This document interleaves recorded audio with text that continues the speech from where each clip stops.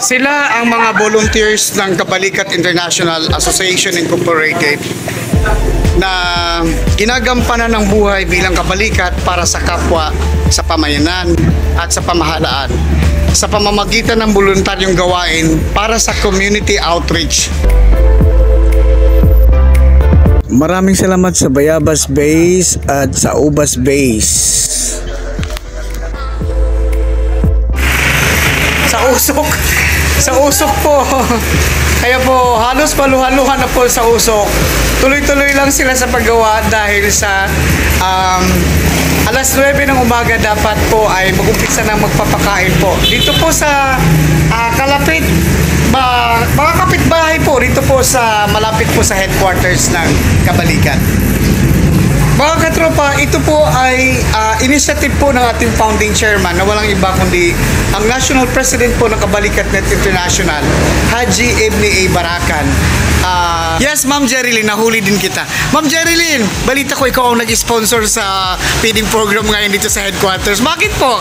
Bakit po niya isipan niyo mag-sponsor ng feeding? Feel ko lang po ng puso ko na magpa-feeding kasi matagal ko na po talaga na gustong magpa-feeding. Pero naisipan ko na sinabihan ko po yung kapitbahay ko si Ma'am Beloria na pwede magpa-feeding doon dito sa ng Kabalikat. Kaya sabi ko magpaalam ko. Napansin ko may medyo maluha-luha ka sa sinasabi mo, Ma'am. Parang mayroon kang hugot ngayon. Gusto ko talaga, sa puso ko talaga na kasi yan talagang pangarap. Bakit Kabalikat ang napili mo? Kasi lagi ko po napapanood sa YouTube na mas maganda yung pagtulong nila sa mga tao. Oh, naka-ano ka? I love Kabalikat ka, ha? Alright. Ma'am, anong grupo ka ngayon? Anong chapter ang sinalihan mo? Chapter sa Ubas Street. Talaga? Cut ko muna. Ngayon nasa Ubas Street ka. So, ibig sabihin, active na ngayon ang Las Piñas na mga bake.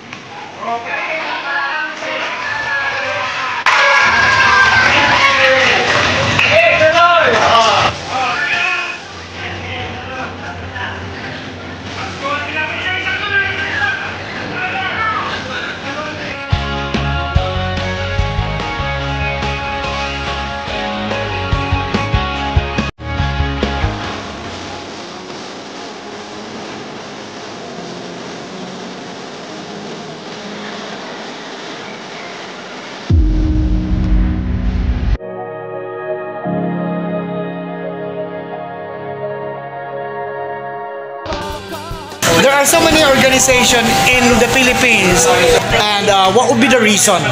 So you said that it's your instinct to help, and you love to see, and you see these activities in our YouTube channel. Now, what else that you can help more to invite people why they are going to join Kabalikat? I want to invite all the people who want to help children, especially, and all the poor and poorest men and women. So we have a Kabalikat group to help everybody.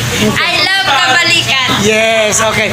So, guys, this organization is a non-government organization. This is a non-profit organization that really caters community outreach program, feeding program, dental and medical mission, and especially we are assisting PNPs during their checkpoint boundaries in different cities and barangays. So, isa po sa mga tumutulong sa atin ngayon na nagiging effective, naging successful yung event natin sa feeding program is si Ma'am Jerilyn. Sa anong chapter ka, Ma'am? Chapter Chesa, corner Chesa. Okay, dito po yan. This is just located in Las Piñas City. With us is the founding chairman, national president of Kabalikat.net, and the national officers here in headquarters. So, we are so very thankful that meron pa rin mga tao na naniniwala sa Kabalikat, and we are nationwide from Region 1 to Region 13. And with that, itong video na to is showcasing all the poorest of the poor na kaya naming i-reach out at matulungan. Sa tulong po ng mga officers ng Kabalikat.net na International Association Incorporated. So, thank you so much, Thank ma'am. you so much. Sa tulong ninyo at sa tulong ng mga national officers, members, buong Pilipinas po. Actually, hindi lang po tayo ang may activity ngayon. Sa ibang bayan, meron po. Muntinlupa City.